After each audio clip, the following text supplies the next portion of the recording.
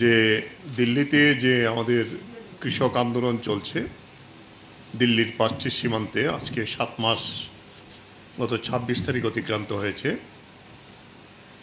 ২৬ তারিখেই দিল্লির ৫টি যে সীমান্ত সেখানে যে কৃষক ধর্ণা চলছে, এইটার আরও ব্যাপকতভাবে ২৬ তারিখ এটা ব্যাপক রূপ নিয়েছে এবং ওই জায়গাতে মূলত পাঞ্জাব, হরিয়ানা, উত্তরপ্রদেশ, রাজস্থান এবং মধ্যপ্রদেশের কৃষকরা অংশগ্রহণ করছেন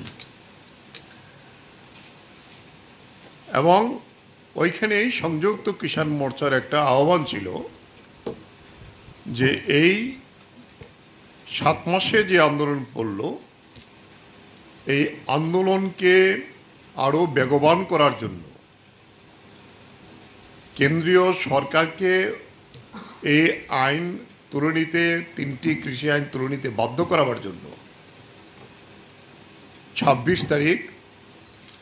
২৬শে জুন গোটা দেশে সরকার যেহেতু আমাদের কথা শুনছে না, তাই ভারতবর্ষের রাষ্ট্রপতির কাছে এটি মেমোরান্ডাম সারা দেশেই একসাথে পাঠানো হবে এবং এই মেমোরান্ডামের কপি প্রত্যেক রাজ্যের রাজ্যপালের, মহামান্য রাজ্যপালের মারফতে রাষ্ট্রপতির কাছে আমরা দেব এবং দিল্লিতে আমাদের কেন্দ্রীয় নেতৃত্ব তারা এটা পাঠাবেন। তারই অঙ্গ হিসাবে আমরা আমাদের রাজ্যে এই কোভিড অতিমারি তাকে মাথায় রেখে আমরা রাজভবন অভিযানের ডাক দিয়েছিলাম আগরতলায়। তাতে আপনারা অংশগ্রহণ করেছেন, আপনারা অনেকেই এই প্রোগ্রাম কভার করেছেন। পুলিশ আমাদেরকে সহযোগিতা করতে বলেছিল, তাই আমরা মিছিল স্থগিত রেখেছি। আমরা আমাদের আটকে দেওয়া হয়েছিল পুরনো রাজভবনের আগেই, সেখানে আমরা ২ ঘন্টা বিক্ষোভ ধর্ণা আমরা সংগঠিত করেছিলাম এবং সেই ধর্ণার কর্মসূচি আপনারা অনেকেই তাতে অংশগ্রহণ করেছেন, এটা কাভার্ড হয়েছে। আমরা সেই দিনেই গভর্নরের কাছে টাইম চেয়েছিলাম, আমাদের রাজ্যের গভর্নরের কাছে মহামান্য, তিনি তার অফিস থেকে, ওনার অফিস থেকে ওই দিন জানিয়েছিল যে ওই দিন এবং তার পরের দিন সরকারি ছুটি থাকাতে ওনার অফিস বন্ধ থাকবেন। সুতরাং আমরা যদি ২৮ তারিখে আসি তাহলে সুবিধা হয়। তো স্বাভাবিক কারণে আমরা রাজ্যপালের এই যে বিষয়টি আমরা মেনে নিয়েছিলাম সেই দিন, ওই দিন আমরা মিটিং করে শেষ করেছিলাম এবং আজকে আমরা ১টার সময় আমরা সেখানে যাই। ৪ জনের প্রতিনিধি দল, তিনি যেহেতু কোভিড অতিমারি আছে, আমরা আরও বলেছিলাম যে প্রত্যেকটা অন্তত সংগঠন, আমাদের কৃষক সংগঠন যারা আছে আমাদের রাজ্যের প্রায় ১২টি সংগঠন আমাদের রাজ্যে যারা আমরা যুক্ত আছে, গোটা দেশে ৫০০-ও শতাধিক সংগঠন এই কৃষক মোর্চাতে আছে। উনি ৪ জনকে আমাদের অনুমতি দিয়েছিলেন, তাই আমরা সংযুক্ত মোর্চার পক্ষ থেকে আমি, জিতেন চৌধুরী এবং আমাদের রাসবিহারী ঘোষ এবং মানিক পাল, এই ৪ জন আমরা আজকে গিয়েছিলাম ওনার কাছে এই আমাদের মেমোরান্ডামের কপি তুলে দেই এবং অনুরোধ করি এইটা যাতে তিনি পাঠাবার ব্যবস্থা করেন। তিনি সঙ্গে সঙ্গে আমাদেরকে ওয়েল রিসিপশন করে বলেছেন যে আমি আজকেই পাঠাবার জন্য ব্যবস্থা করব এবং এই সম্পর্কে আমরা ওনার মতামত চেয়েছিলাম। উনি বলছেন এটা প্রেসিডেন্টের কাছে লেখা, এই আন্দোলন আমি দেখছি, আন্দোলন সমাপ্ত হোক, এটা আমরা সবাই চাই। আমি বলছি আপনার গুড অফিস থেকেও সেটা করা হোক এবং উনি সদর্থকভাবেই আমাদের যে মূল ২টি বিষয়, ৩টি কৃষি আইন প্রত্যাহার করতে হবে, সরকার প্রত্যাহার করতে রাজি হচ্ছে না, 11 বার বৈঠক হয়েছে, এখন আর সভা ডাকছেন না। কেন্দ্রীয় কৃষিমন্ত্রী মিথ্যা কথা বলছে যে আমরা কথা শুনছি না। এই আইন সরকারের পক্ষ থেকে তার সংশোধন করতে চাইছেন। আমরা বলছি আইন যেভাবে আনা হয়েছে, এই 3টি আইনেই দেশের কৃষি ব্যবস্থাকে আমাদের দেশের কর্পোরেটদের হাতে তুলে দেওয়ার জন্য আইন তৈরি করা হয়েছে। এটার কি সংশোধন হবে, তাই আমরা এই ডিমান্ডই করা হয়েছে। যখন আলোচনা হয়েছিল, সরকার এই বিল আইন তুলে নিক, তুলে নিয়ে যদি সরকার কৃষকের স্বার্থে কোনো আইন প্রণয়ন করতে চায় আমাদের সঙ্গে কথা বলুক, পার্লামেন্টে বিস্তৃত আলোচনা হোক, রাজ্যসভাতে বিস্তৃত আলোচনা হোক, আইন গ্রহণ করুক, আমাদের আপত্তি নেই।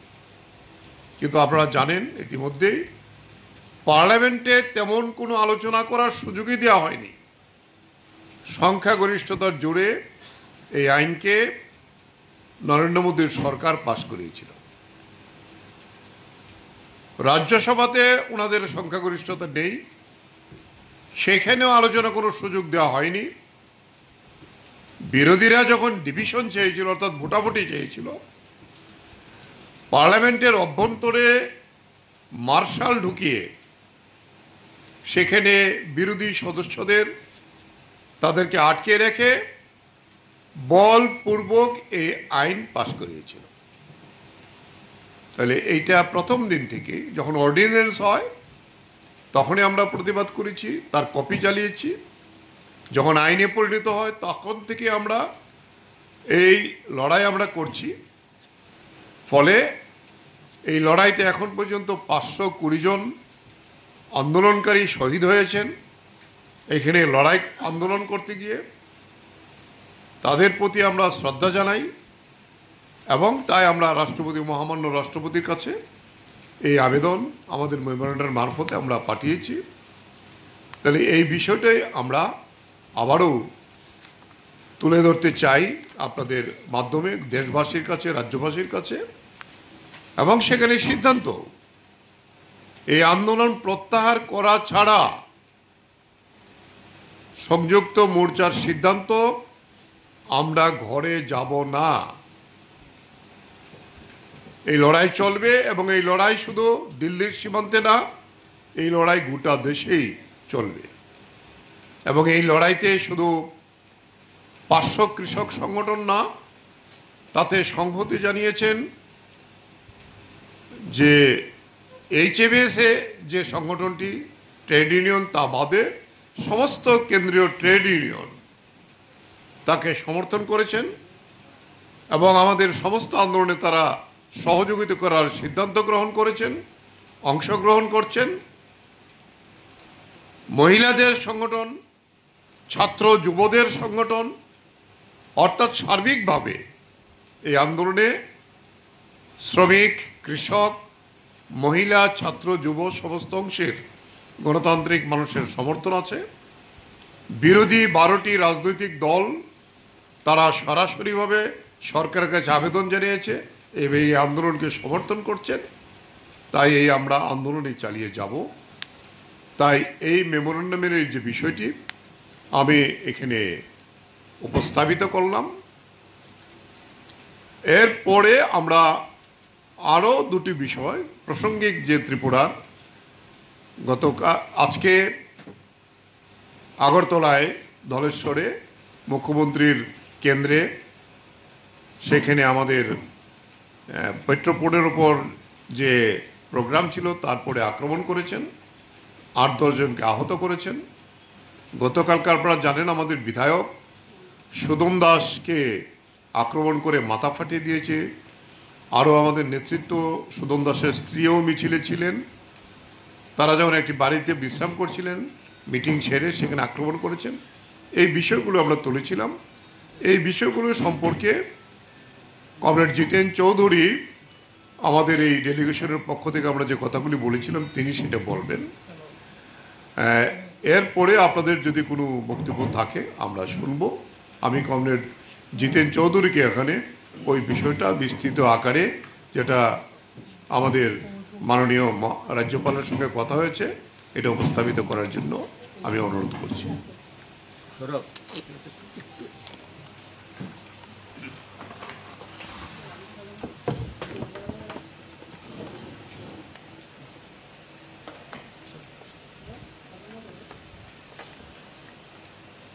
তো মূল বিষয়টা তো আপনারা শুনলেন।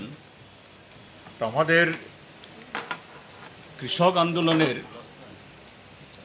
যে মূল যে বক্তব্য বা মূল যে দাবি, তার মধ্যে একটা কৃষি সংক্রান্ত, অর্থাৎ মিনিমাম সাপোর্ট প্রাইস এবং আনুষঙ্গিক, তার সাথে আরেকটা হলো যে দেশ বাঁচাও, গণতন্ত্র বাঁচাও। তো আমরা গত 3 বছর ধরে এই ত্রিপুরা রাজ্যের মানুষ, আজকে আমরা প্রত্যক্ষ করছি দেশের সরকারের এই নীতির কারণে ত্রিপুরা তো আলাদাভাবে সেখানে সুরক্ষিত থাকতে পারে না, বরঞ্চ আমরা যেহেতু একেবারে দূর প্রান্তে আমরা আছি, এই যে এসেনশিয়াল কমোডিটিস অ্যাক্ট তুলে দেওয়া, তারপরে এই ইয়েতে কৃষি পণ্য প্রকিউরমেন্ট করার আইন তুলে দেওয়া, এই কারণে ইতিমধ্যেই যে দ্রব্যমূল্য বৃদ্ধি, সমস্ত ধরনের ডাল, তেল, দানা জাতীয় সমস্ত এই খাদ্যশস্য, এগুলো আমরা সবাই ভুক্তভোগী। এবং এটা নতুন করে বলার অপেক্ষা রাখে না। এই জায়গায় কৃষি এবং কৃষকদের বাঁচাতে গেলে পরে দেশে গণতন্ত্র, এটাকে সমহিমায় আরও শক্তিশালীভাবে মানুষ এটা ভোগ করতে পারেন, তা জরুরি। আমাদের রাজ্যের মধ্যে গত 3 বছর ধরে মানুষের গণতান্ত্রিক অধিকার, সাংবিধানিক অধিকার ভুলুণ্ঠিত, আমরা এটা উল্লেখ করেছি। তো আজকে আমি প্রথমবার রাজ্যপালের কাছে গেছি। তো সেখানে গিয়ে আসলে ওনার নামটা আমার ঠিক জানা ছিল না আগে। তো আজকে গিয়ে ওনার সাথে পরিচয় হয়েছে। তিনি রাজ্যপাল হওয়ার আগে সুরাট লোকসভার সদস্য ছিলেন, আমি যে লোকসভার সদস্য, এটাও পরিচয় হয়েছে। তো এই সুবাদে আমাদের আলোচনা আরেকটু বন্ধুত্বপূর্ণ হয়েছে। তাই বলেছি যে ত্রিপুরার যে আপনি যে এই কদিন এখানে রাজ্যপাল আছেন, ত্রিপুরার যে বর্তমান যে চেহারা দেখছেন,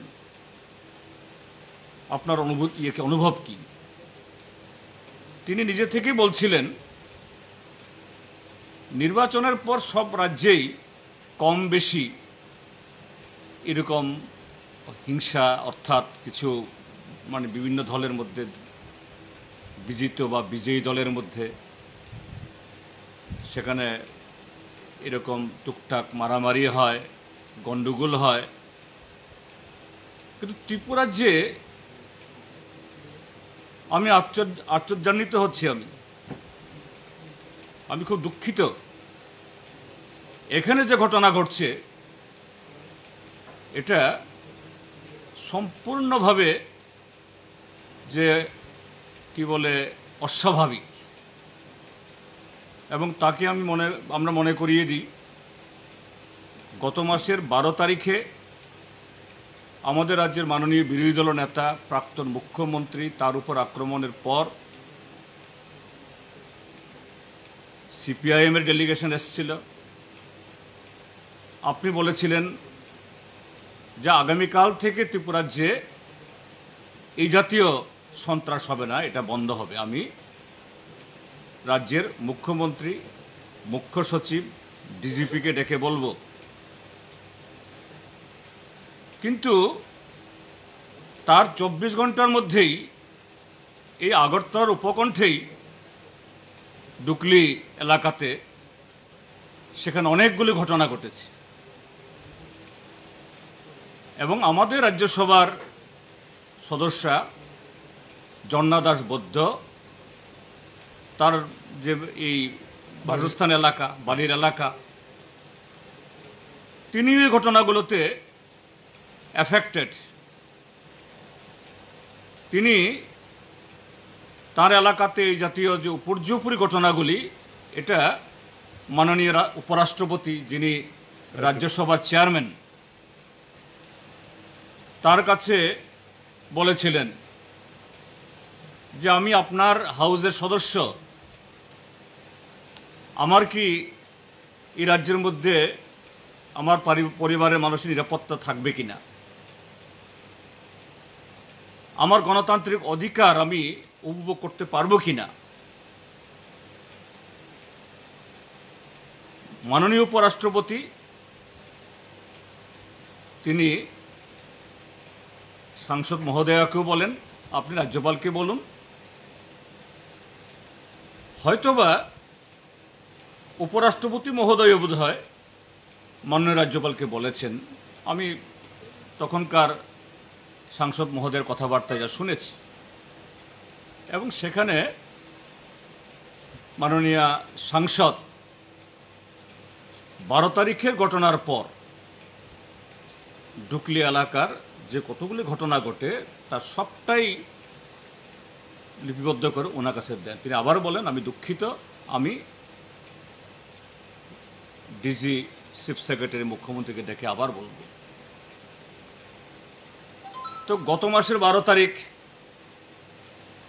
আজকে জুন মাসের 28 তারিখ, কদিন 28 আর ওদিকে হলো ধরুন আরো 18, 40-46 দিনের মতো। এই কদিনে একটা দিনও ঘটনাবিহীন নেই। কমলপুরে,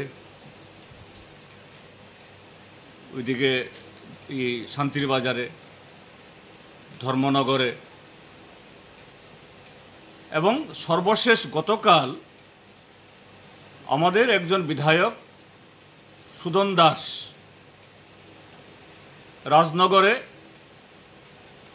শান্তিপূর্ণভাবে খুব সংক্ষিপ্ত সময়ের জন্য আমাদের সর্বভারতীয় যে কর্মসূচি পেট্রোপণ্যের দাম বৃদ্ধির ব্যাপারে একটা প্রোগ্রাম করে শেষ করে গুটিয়ে এরা স্থান ত্যাগ করছিলেন। সেখানে অতর্কিত হামলা করে বিধায়ক, তার স্ত্রী, আরও কয়েকজনের উপরে সেখানে মানে প্রাণঘাতী আঘাত হেনে রক্তাক্ত করেছে। সেখান থেকে ফিরে এসে রাজনগরে যে সেখানে আমাদের পার্টি অফিস, গতকাল এই 3 বছরে এটা 6বার, 6 টাইম পুলিশের সামনে কেরোসিন দিয়ে আবার পুড়েছে। আজকে সকালবেলা পূর্ব থানার থেকে না হলে খুব বেশি হলে 1 কিলোমিটার হবে না, 700-800 মিটার দূরে হবে পশ্চিম থানাই বা কত দূর, এবং মাননীয় মুখ্যমন্ত্রীর নির্বাচনী ক্ষেত্র, সেখানে আমাদের কর্মীরা জড়ো হয়েছিলেন আমাদের সর্বভারতীয় সে প্রোগ্রামটা করার জন্য। এটা মানুষের গণতান্ত্রিক অধিকার, তার উপর আক্রমণ হয়েছে। তো আমি আগের কথা বলছি না, 12 তারিখে মাননীয় যে বিরোধী দল নেতার উপরে যারা আক্রমণ করেছেন, আজ পর্যন্ত একজন গ্রেপ্তার নেই। এরপরে কমলপুরে, ধর্মনগরে, শান্তির বাজারে আরও বহু ঘটনা হয়েছে, একটা জায়গাতেও পুলিশ রিয়াক্ট করেনি। তার উপর আজকে, গতকাল এবং আজকে ঘটনা হলো। মানে রাজ্যপাল শুনেছেন মনোযোগ দিয়ে এবং নিজে থেকেই বলেছেন, হ্যাঁ আমি পত্রিকায় পড়েছি, খুবই দুঃখজনক ঘটনা। এবং তিনি শোকে দিয়ে বলেছেন এটা চলতে দেওয়া যায় না। এটা বলছে একজন বিধায়ক যদি হ্যাঁ, তার হ্যাঁ, একজন বিধায়ক যদি এভাবে আক্রমণ তার করে। নির্বাচনী ক্ষেত্র, তার বাড়ি এলাকাতে গণতান্ত্রিক অধিকার প্রয়োগ করতে গিয়ে এইভাবে আক্রান্ত হয়, তাহলে গণতন্ত্র, লোকতন্ত্র কোথায় থাকবে? তিনি বলছিলেন। এবং আমরা বললাম যে না, আপনি ডিজি বা চিফ সেক্রেটারিকে বলে লাভ নেই, পরিষ্কার বলেছি আমরা। কারণ এই রাজ্যের যে রাজনৈতিক দল যে কর্তৃত্ব বা এই যারা শাসন কার্য চালাচ্ছে, শাসক দল, তার নেতৃত্ব যদি সিদ্ধান্ত না নেন, অর্থাৎ পরোক্ষে আমরা বলতে চেয়েছি এটা রাজনৈতিক সিদ্ধান্ত নিয়েই শাসক দল আজকে জনবিচ্ছিন্ন, জনগণ থেকে কুণ্ঠাসা, দলের ভিতরে অজস্র কুণ্ডল, এটাকে ঠেকানোর জন্য মানুষের দৃষ্টি যে সরকারের সার্বিক ব্যর্থতা, এটাকে অন্যদিকে দাবিত করার জন্য আজকে এই ঘটনাগুলি চালিয়ে রাখার চেষ্টা করছে, কোন রকম অক্সিজেন দেওয়ার জন্য দলের লোককে। আপনি তার যে পলিটিক্যাল লিডারশিপ, তাকে ডাকুন। রাজ্যপাল মহোদয় আমাদের সাথে দ্বিমত পোষণ করেননি, হ্যাঁ বলেছেন হ্যাঁ, কারণ তিনিও যান, রাজ্যপাল মহোদয়ও খবরাখবর রাখেন। বলছেন না, তাদের একটা জরুরি, একটা গুরুত্বপূর্ণ মিটিং চলছে, এটা আগামীকালও চলবে। রাজ্যপাল দেখলাম ভালোই জানেন, আজকে শুরু হয়েছে, এটা আগামীকালও চলবে। আমি পরশু দিনেই মুখ্যমন্ত্রীকে আবার ডাকবো। তো ঘটনাটা বলছি, হ্যাঁ, এবং উনি বলেছেন, আমি সভাপতি, ওদের সভাপতি মানিক সাহা, ওকে ডেকে বলেছে, নাম ধরে বলছে মানিক সাহা, ওকেও বলেছি ये क्या हो रहा है, ये बदतमीजी बंद करो। তো এই জায়গায় এটা বলা, আমি জানি না মাননীয় রাজ্যপালের কথা এই মুখ্যমন্ত্রী বিপ্লব কুমার দেব, তার দল এবং তার পরিচালিত সরকার কতটুকু তারা শুনবে। নিশ্চয়ই রাজ্যপালের বক্তব্যে আমরা এই খুশি, বা রাজ্যপাল আন্তরিকভাবে চেষ্টা করছেন, এটা আমরা বিশ্বাস করি। কিন্তু আমাদের দেশের, এই রাজ্যের মানুষের কাছেও আমাদের আবেদন আমরা রাখতে চাই যে এই জাতীয় ঘটনা আর কাহা তক চলবে, কতটুকু চলবে। ত্রিপুরা রাজ্যের মানুষ কাহা তক সহ্য করবে? আজকে এই আক্রমণ শুধু সিপিআইএম দলের উপরে না, এই আক্রমণ আজকে সিপিআইএম এমনকি বিজেপি দলের ভিতরেও তাদের মণ্ডল নেতা, তাদের বিধায়ক বা তাদের মধ্যেও ভালো লোক নেই, কথা তো মানে আমরা বলি না, তাদের মধ্যেও অনেক ভালো মানুষ আছেন। যারা প্রতিবাদ করছেন তাদের উপরেও নানাভাবে এই হেনস্থা ইত্যাদি নেমে আসছে। তো রাজ্যের মানুষের কাছে আবেদন জানাবো, নিশ্চয়ই রাজ্যপাল ব্যবস্থা নেবেন আমরা আশা করি। এই রাজ্যের গণতান্ত্রিক মানুষ তারাও এগিয়ে আসুন, নতুবা আমাদের গণতান্ত্রিক অধিকার, এই যে কৃষি, তার অধিকারের কথা বলছি, কিন্তু গণতন্ত্র যদি না থাকে তাহলে কোন অধিকার থাকবে?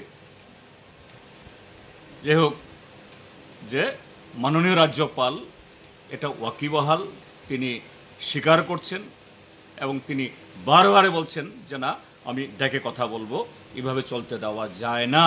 তিনিও বলছেন এ नहीं चल सकता, इसको बंद करना ही है। তো আমরা ধন্যবাদ জানিয়েছি ওনাকে। তো আমাদের দুই বন্ধু আছেন, আপনারা কিছু বলুন।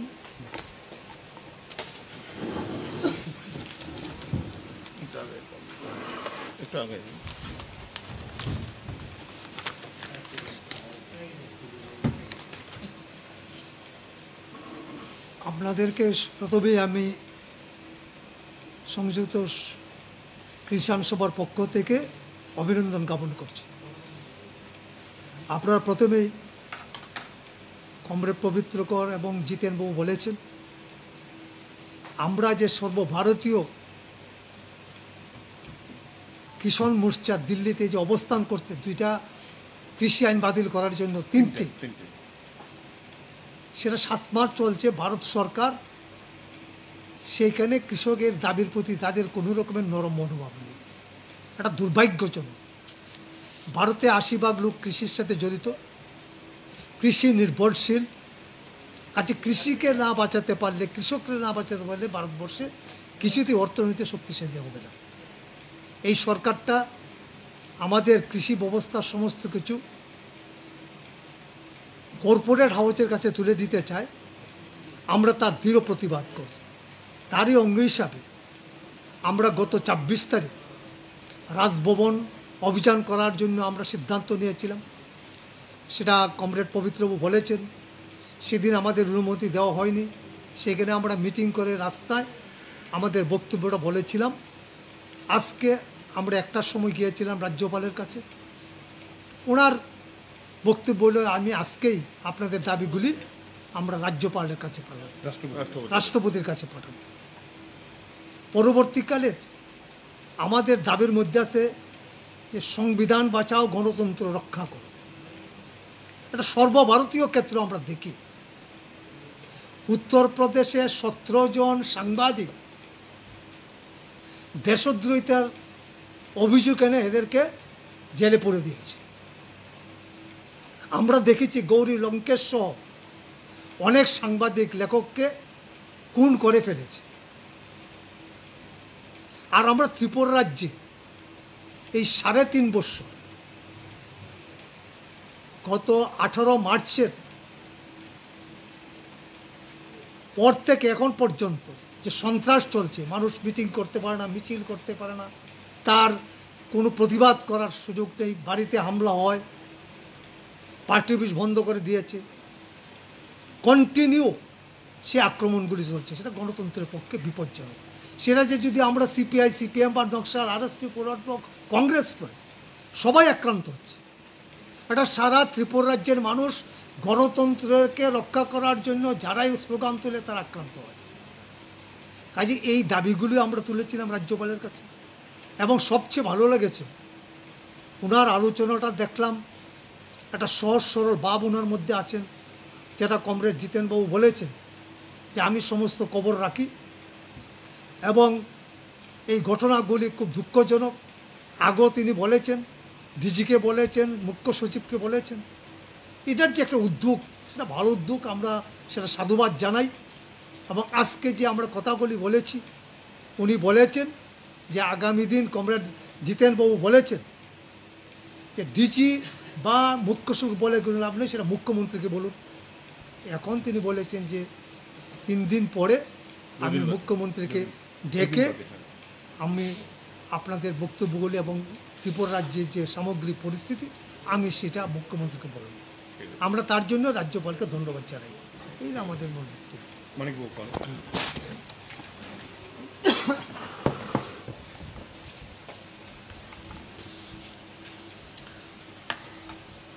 তো আজকের এই কর্মসূচি বা গত 26 তারিখ যে আমরা কর্মসূচি যেটা আমরা উদযাপন করেছি, সেটা হচ্ছে যে ভারতবর্ষের সংযুক্ত কিষাণ মোর্চার নেতৃত্বে যে চলমান কৃষক আন্দোলন, সেই কৃষক আন্দোলনের 7 মাস পূর্ণ হওয়া এবং পাশাপাশি জরুরি অবস্থার যে ইন্দিরা গান্ধী জরুরি অবস্থা ঘোষণা করেছিলেন তারও 46 বছর পূর্তি। এবং পাশাপাশি আরেকজন আমাদের এক সময়ের খুব প্রখ্যাত কৃষক নেতা স্বামী সহজানন্দ, উনারও মৃত্যুবার্ষিকী।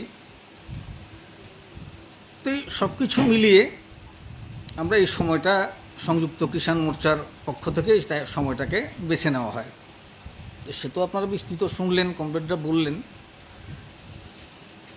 বা ত্রিপুরাতে যে আজকে যে শুধু ধরুন একটা দল বা কিছু রাজনৈতিক কর্মী শুধু আক্রান্ত, বিষয়টা এরকম নয়।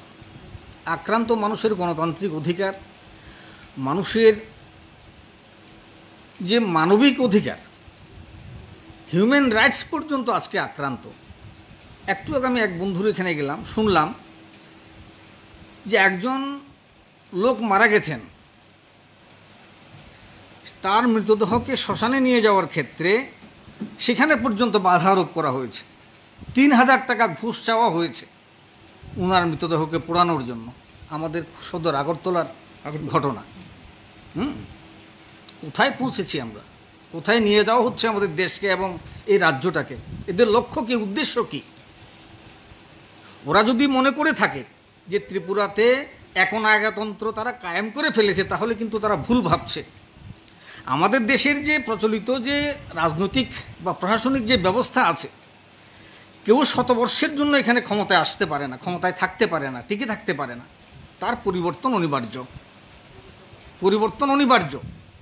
কিন্তু যদি এটার পরিবর্তন ঘটে আগামী দিন, তারা যদি ক্ষমতাচ্যুত হয়, তো এই আজকের যে ঘটনাবলী যেটা ঘটছে, এটার যদি পরিণতি কী ঘটতে পারে আগামী দিন, এগুলাকে কি মানুষকে কি আটকানো যাবে? এর ফলটা কি ওরা ভোগ করবে না? এরা কি একবারও তারা ভাবছে না বিষয়গুলো?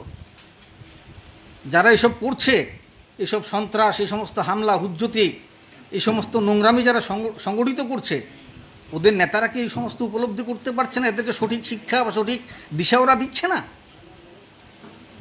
আমরা মনে হচ্ছে যে না, ওরা এই প্রশ্নে কোনো স্পষ্টতা এদের নেই। তো এই বিষয়ে ধরুন আমি একটু ত্রিপুরার একটা কৃষি বিষয়ে আমি একটু বলতে চাই।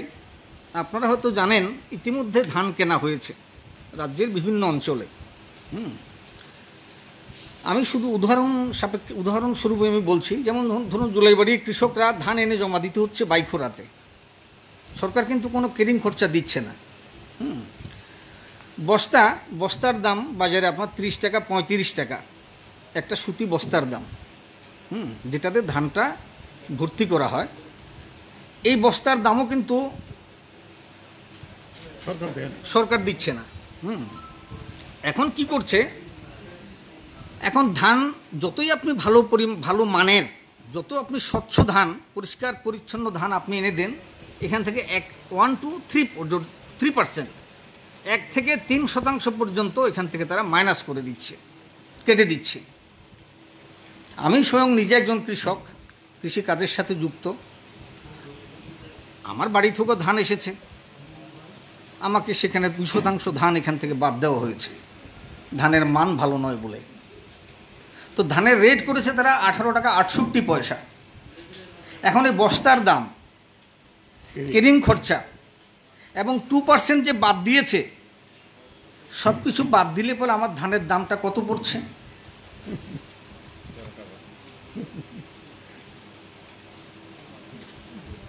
এই বিষয়টার উপরে আপনারা, আমার যারা সাংবাদিক ভাইরা যারা এখানে আছেন, আমি একটু আশা করব যে আপনারা এই বিষয়টার উপরে একটু আলোকপাত করবেন। হ্যাঁ, এটা মানুষকে প্রকারান্তরে কৃষকদেরকে ঠকানো এবং ধোঁকা দেওয়া ছাড়া আর কিছুই নয়। কিন্তু ওরা বড় করে দেখাচ্ছে যে অতীতে বামফ্রন্ট সরকার এখানে ধান কিনতে পারেনি, ওরা ধান কিনছে। কিন্তু ধান কেনার পদ্ধতিটা হচ্ছে এরকম। আর কিনছে কখন? যখন ছোটোখাটো কৃষকরা, অভাবী বিক্রিটা যখন শেষ হয়ে যায়, দেনার দায়ে বিভিন্ন পারিবারিক খরচের জন্য যখন ছোট কৃষকরা ধান বিক্রি করে শেষ করে নেয়, যখন মাঝারি বা বড় কৃষকদের ধানটা তখন হয়তো জমা তারা রেখে দেয়, তারা বিক্রি করতে বাধ্য হয় না। এখন কি রাজ্য সরকার কিনছে? হ্যাঁ, কিনেছে তো এফসিআই, রাজ্য সরকার তো আর কিনছে না। যাই হোক, রাজ্য সরকার এটা তাদের নির্দেশে তারাও কিনছে। যাই হোক, কিন্তু যখন অ্যারেঞ্জমেন্টটা করে দিয়েছে, রাজ্য সরকার কিনছে না। না, রাজ্য সরকার কিনছে না। আগেও যেমন আমরা বলেছি করে নাই, ঠিক আছে, এখন করেছে। এটা রাজ্য সরকার কিনে না, এটা এফসিআই। হ্যাঁ, কিনছে এফসিআই, এটা ঠিকই। রাজ্য সরকার তো আর কেনে না। না না, এখনও রাজ্য সরকার কিনছে না, এফসিআইকে দিয়েই এটা কেনাচ্ছে। তো এখন এই যে ঠকানো বা এই যে কৃষকদেরকে যে ধোঁকা দেওয়া, এই পদ্ধতিটা তারা চালিয়ে যাচ্ছে। তো সবচেয়ে বেশি ধরুন আজকে যেটা গুরুত্বপূর্ণ যে বিষয়, যে সরকার আজকে নিজেই, তার দলও আজকে সংকটের মধ্যে, তাদের দলের আজকে মণ্ডল নেতারা বিভিন্ন যে মোর্চা সংগঠনগুলো আছে তাদের, হ্যাঁ, আপনার ওবিসি মোর্চা বলুন, সংখ্যালঘু মোর্চা বলুন, সমস্ত নেতারা আজকে বিভিন্ন জায়গায় মণ্ডল স্তরে কমিটিগুলো থেকে আজকে তারা পদত্যাগ করতে বাধ্য হচ্ছে। ওরা নিজেরাই বলছে দলের মধ্যে কোনো শৃঙ্খলা নেই, কোনো গণতন্ত্র নেই। তো ওরা জনগণকে কি গণতন্ত্র দেবে? এখান থেকে আমাদের শিক্ষা নেওয়ার বিষয় আছে।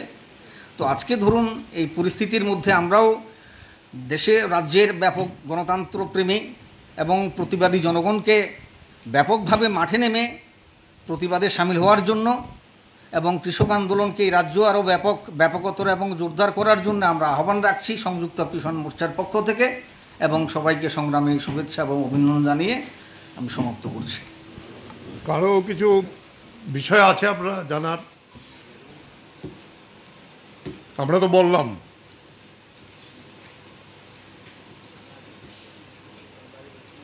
ঠিক আছে তাহলে, হ্যাঁ, ধন্যবাদ সকলকে। আচ্ছা ভিড়